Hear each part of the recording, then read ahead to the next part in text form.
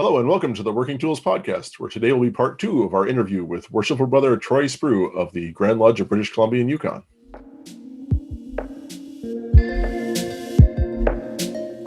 Ladies and gentlemen, brethren all, welcome to the Working Tools Podcast, a casual conversation around Freemasonry. First, it's important to note that our thoughts and opinions are our own and do not reflect those of our Grand Lodge or respective craft or concordant bodies. Please connect with us and ask questions via our website at theworkingtoolspodcast.com. Today on the Working Tools Podcast, we'll be talking with Worshipful Brother Troy Spreeuw, who's the current sitting master of the Duke of Connaught Lodge number 64 up in the Grand Lodge of British Columbia and Yukon, as well as the guy behind the Esotericism and Masonry Conference here in the Northwest U.S. and the Grand Masonic Day that is held by the Grand Lodge of British Columbia and Yukon every year.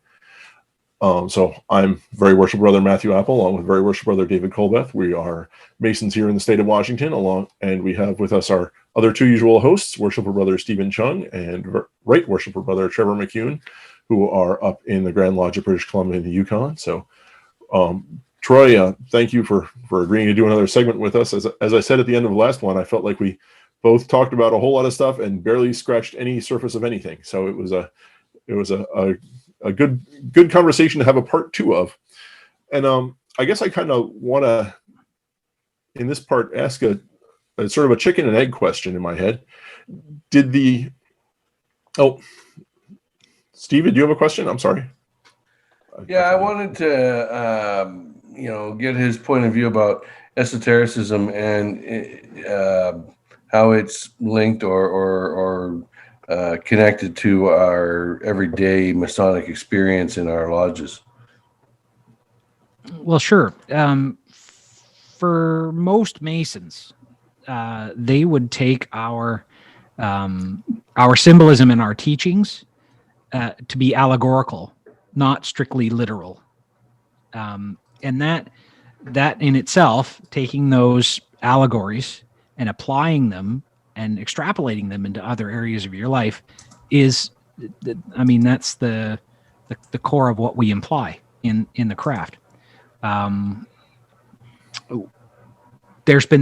often talk a lot about how the number 3 is used over and over and over again, and how important that is from a philosophical standpoint. You've got a universe that implies a heavy duality, but it's important for a philosophical being to realize that there's not only a black and white, but there's a combination of the two. There's not only left and right, but there's the center. There's not only male and female, but there's the child. And this 3 is implied in Masonry quite heavily. And so it helps the candidate and the aspirant to the work realize that this existence is not simply about an exercise in dualities, but of a union of opposites, and making sure that one can continue to grow and change by uniting the opposites in oneself. Did that help, Brother Chung? You sit in lodge, you can see all the 3s that are expressed. The candidate coming through the pillars, the 3 times around the lodge, the 3 principal officers, the 3 lesser lights, the 3 greater lights. There's the 3 is used a lot. I can see the connection between the 3 and the several things in lodge, like you mentioned. I think it might have been more leaning towards what David was saying about the meaning behind the words that we use in lodge, maybe.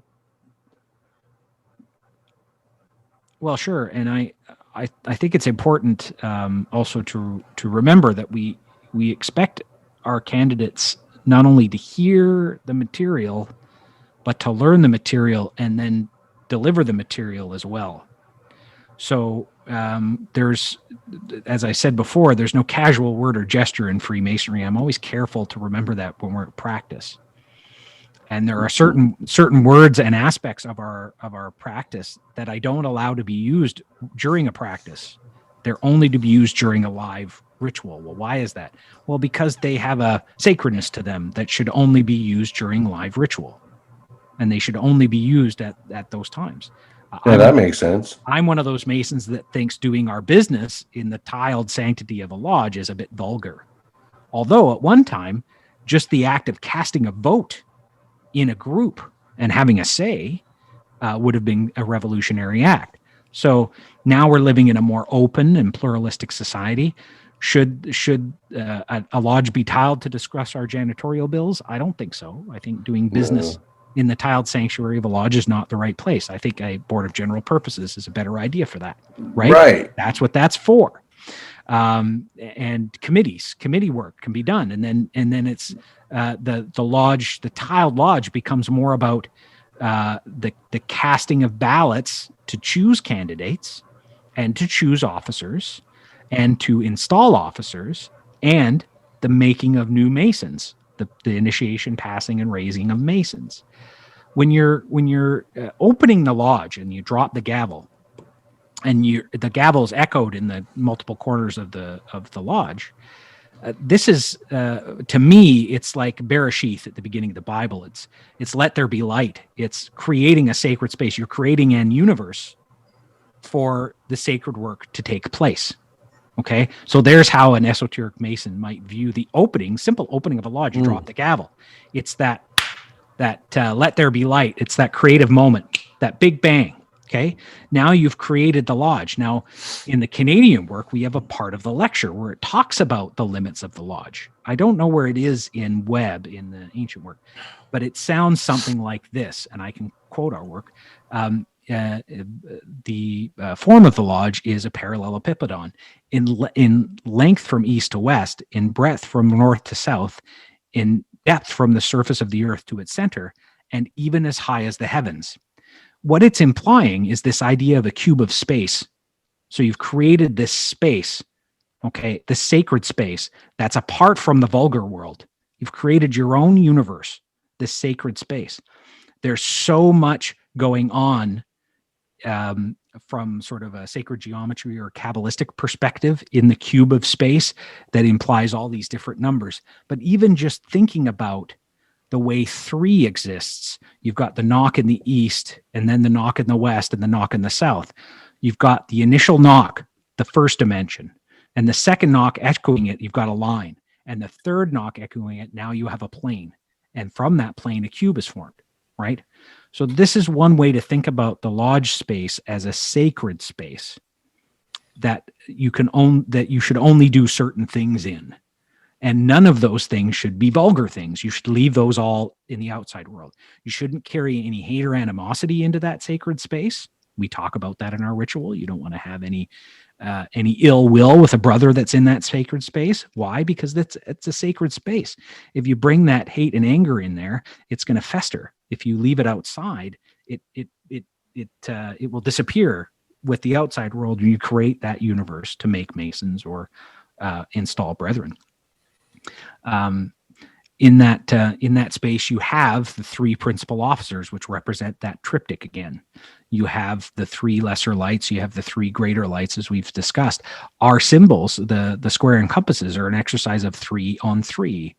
And this is implying further sacredness with this triptych idea.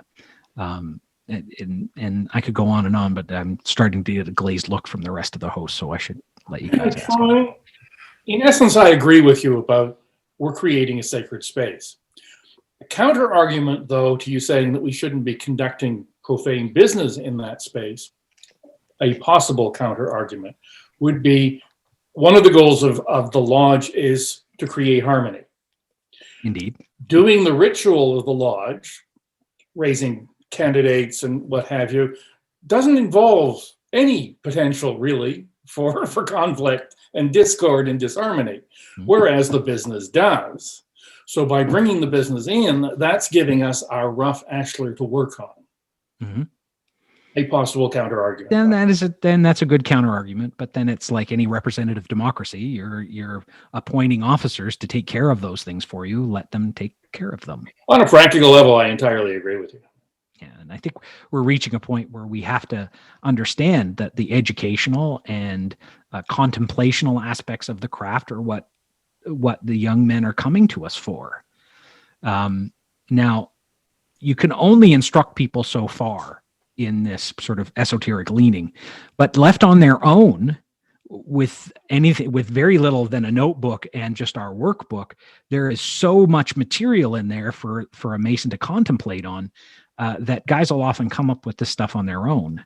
One of my favorite ways of expressing this idea and the idea of 3 is, our initiations are done in 3. And I know an initiation, passing, and raising. And I know initially it was just an initiation and a passing, and that the Master Mason was hung on to the degree system a little later. But I believe that was archetypal, and it creates a complete system. And I'll explain to you why. When you're brought into the lodge, you're initiated, and you're treated as an entered apprentice. The act of initiation or conferring a degree is similar to the entered apprentice. Your next advance to the fellowcraft degree. So when you're in lodge, you will sit on the side of the lodge and you will watch the other Masons confer a degree. So it's a second type of degree. You're not just having received it, now you're seeing it. And that's very much like getting your second degree. And then when you graduate to the point where you're actually conferring the degree work, it is again an expression of this triptych. You're now no longer somebody being conferred the degree or seeing the degree. Now you're actually memorizing all of the words and having being the method of conferral of the degree, and thereby becoming part of the transmission of this gnosis of Freemasonry to another generation. So that threefold aspect is another thing that I spend a lot of time in lodge contemplating. When I'm in the Master in the East, there again, when you're a lodge officer, a junior officer, it's like you're being initiated, you're being an EA again. But then you get into a senior officer's position, it's like being a fellow craft. But once you're master, there again, you're a Master Mason. You're sitting in the East and conducting the work. And while you're conducting the degree, you have things to say, but it's the rest of the brethren that are participating in the making of that Mason. But really, it could be the kind of thing like in the Canadian workbook that we work from. It'll say every lecture, other than the specific points assigned to the officers, is conferred by the Worshipful Master.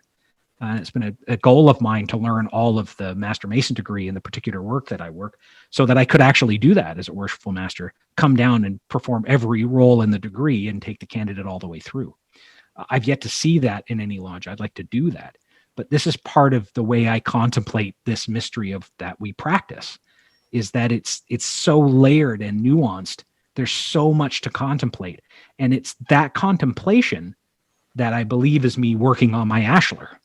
You can polish the ashlar forever. I believe you can achieve perfection here in the flesh. Many other faiths would declare that's not the case, but that doesn't mean I'm going to stop trying to polish it. And it's this contemplation that I find so inspiring, so exciting about the work of Freemasonry. Never mind all the other stuff that I study. To me, it always comes back to, how can I hang this on my lodge experience? And how can I hang my lodge experience on other things? So you touched on something there that I always, when I think about the ritual, I always sort of wonder about. People talk about there's that there are these relationships between our ritual and the Eleusinian mystery schools, or the Kabbalah, or this or that, or Gnostic Christianity or whatever. And I always wonder to myself, is it the fact that there is this archetype out there, not out there, but in there perhaps, that we have, that makes all of these groups have these similar aspects? Or is it that we have taken from these other groups these aspects and incorporated them into Masonry? Is it did we come up with this ourselves because everyone else came up with the same thing because it's the capital T truth? Or did we say, hey, that looks good, and grab one of those and one of those and put them into Masonry? Yes. Excellent. I'm going to be Well, the worst that's guest. I'm going to be the worst guest ever. Yep. Next. No. It's worse. It's worse than that, Matthew. It's something like that. I believe that being a spiritual being, having a human experience, that all of these archetypes are useful in the contemplation of our own existence, and seeing another brother as a brother of the dust, seeing another human being as just another spiritual being going through a human experience, and perhaps some compassion is called for, especially when they struggle, because so many of us do so well, that those who struggle really kind of deserve our attention and assistance. Now, that being said, how can you help another brother in the lodge realize this? There's a lot of argument, right? Saying in magical circles, you summon the spirit, or you're talking to an angel, or you're talking to a deity, whatever it is you're doing. Is this part of your psychology? Is this just like, is it all in your head? Or does that being have an objective reality outside of you, right? Is Masonry itself a school unto itself and a complete system of teaching unto itself, and exists outside of the archetype of the rest of the world? Yes, we've kind of broken it away from the rest because we contemplate it on its own, but it's still part of a greater whole. And with that spiritual question from before, the answer, and it's one of my good friends, Lon Duquette, who I've brought here many times to talk to people about this very subject. His answer is that it's both. You have no, it's all in your head. You just have no idea how big your head really is the quote that Dumbledore tells Harry that sort of sums this up.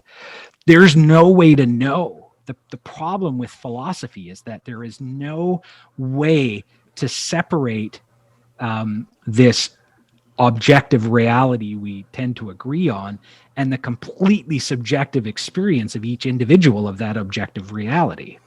And so science helps in we agree on the facts and we write things down and we study them.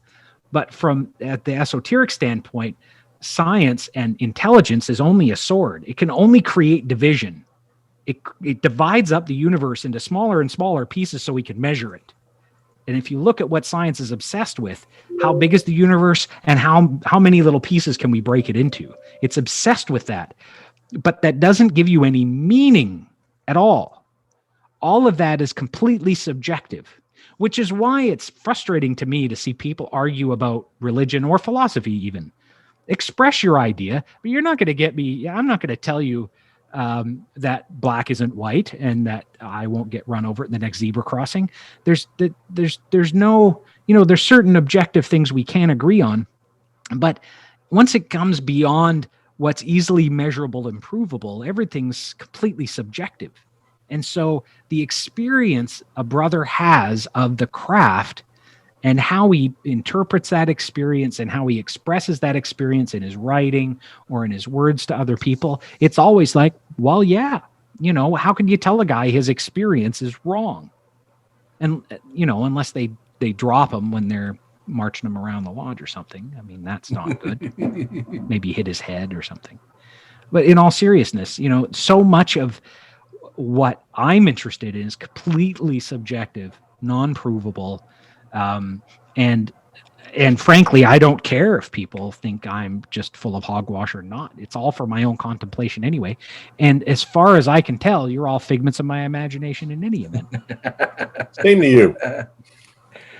I say read, but I was just listening to a book by Jill Bolte Taylor. I don't know if you know Jill Bolte. She's a brain scientist, and she had a stroke.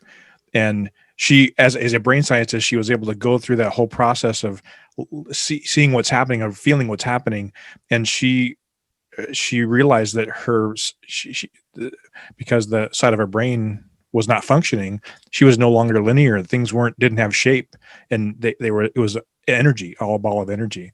So if it was a really fascinating study, she has a great TED talk she did, Jill Bolte Taylor, but the book is fascinating too. It just goes on and on about her experience, and it really brought. I believe, yes, there's is there some higher power? Is there some? But we're all at the base. We're all atoms, although there may be a fifth element. I just found out there's discovery of a fifth element, but but we're all. Weren't they talking about breaking muons apart and all this other stuff coming out? Exactly. Yeah, I just was reading about that. Crazy. Right. But at the core, we're all atoms. We're all energy in some fashion.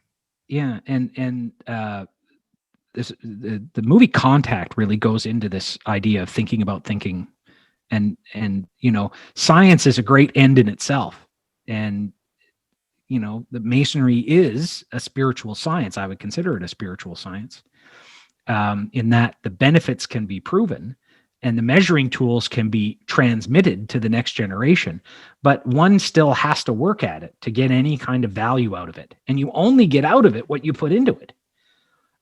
Contemplative Masonry it's a beautiful system. And I wasn't expecting to love it. I was already heavily involved in esotericism and philosophical thought long before I became a Freemason. And in some ways I was just degree collecting when I joined. I was like, well, we'll go see what this is about. There's been lots of it around, but I fell in love with its system, because it is complete unto itself. It's so simple, yet very nuanced. There's a lot going on here. And I've taken some additional degrees, but I don't think they are necessary. And I think as the craft right sizes here, I think we're going to see that become very, very rare, the practice of that, to become more like college or PhD level Masonry than the workaday 3 degrees that I think every man really is entitled to. And in most societies, they would have initiatory or coming of age rituals that we don't have in the West anymore. And I think with work becoming less and less of an identity, and schooling become more and more specialized, and religion taking a smaller and smaller role, trusting somebody else to tell you what to think. I think this is a natural progression for people. I think adopting a philosophical viewpoint through a structured mystery school is probably the most efficient way to transmit this type of spontaneous self-knowledge, or gnosis, as I would call it. I was contemplating today, thinking about this show potentially, and also some experiences we've had in that. When you talk about religion, what we were talking about then, the pre-show, whether Masonry is a religion or not, and it was interesting to me. It popped into my head that I've had several men join Freemasonry who were not religious, who then found faith through their experience in Freemasonry and quit Freemasonry because of their belief in the faith. It was this interesting process that they went through. And I thought, well, thank God that they found Freemasonry so that they could find their faith. And so if we were that avenue to provide that opportunity for them, then that's excellent. I think it's a great progression of the person to develop that. But it was just it's this interesting process for me. It just clicked in my mind. Oh my goodness. And because people say to me, well, David, is Freemasonry your new church, your new religion? Especially my mom, she doesn't ever listen to the show, so I'm pretty safe saying that. But and I say, well, no, it's not. Maybe I don't go to church as often. However, we are absolutely faith based, and that's a whole other segment. We don't have a few minutes left, but I just wanted to mention that. I think here's the cynic in me. It's like, boy, wouldn't it be awesome to be so certain that you could now decline membership in something that was important to you and go join something else because you're so certain it's right and everybody else is wrong. But then I will just flip-flop right back around and say, well, I'm so certain that Freemasonry is for like anybody. And I think lodges for women should be organized, for the record. I'm on the record for that for years. I just would rather not have a different sex pressure in the lodge I attend, because I want to be open with the guys in my lodge. But I think in future, as humanity and society progresses, I think that turning our back on the old tribalism and adopting a more inclusive,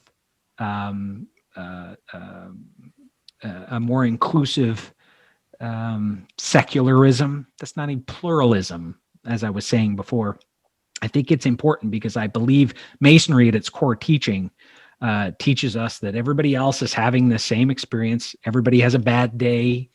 Everybody's going to be born. Everybody's going to experience adulthood and everything that brings, and everybody's going to die. And we're all terrified of what's next, if anything, And so be careful to complete your work while it is yet day, for the night comes where no man can work, which is something that always gives me goose pimples and something I throw out there that makes me seem like I'm super wise when people kick the bucket. But when you think about it, that's going to be you. And sooner than you hope. And we all need to make sure that we're doing the things that are important to us, telling those of us who are important to us that we love them, making sure that we leave a legacy that can be respected, make sure that something that we leave behind is going to be worth something to the people behind us. And none of that has to do with your job.